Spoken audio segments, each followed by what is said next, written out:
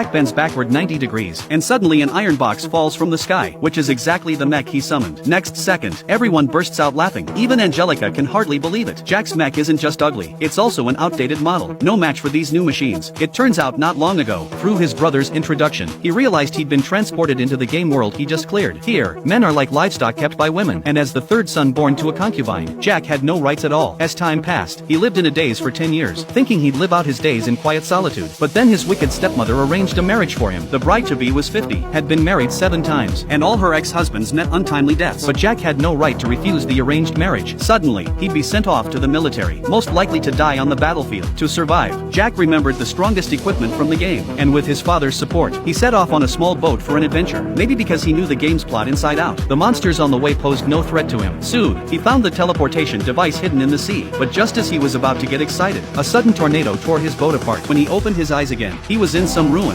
seeing the same security robot from his memories. Jack was prepared, disabling it with one shot. Following the plot, he took the ID card from a dead researcher, successfully opening the central door of the ruins. Ignoring the magnificent interior, Jack made it to the spaceship's control room. Just then, a robot he'd never seen before walked out. Jack's attacks were useless against it, so he quickly pulled out his ID card to bluff his way through. But the robot could even recognize faces, identifying Jack as an intruder. Luckily, Jack had an ace up his sleeve, throwing a grenade. But to his surprise, the grenade had no effect. Instead, it activated the robot's magic shield, rendering all of Jack's attacks useless. The robot grabbed Jack and held him in front of it. Through conversation, Jack learned the robot was made to save humanity, and all the new humans who could use magic were its enemies. Despite knowing the power disparity, Jack was clearly not going to give up, drawing his sword from behind and pointing it at the robot.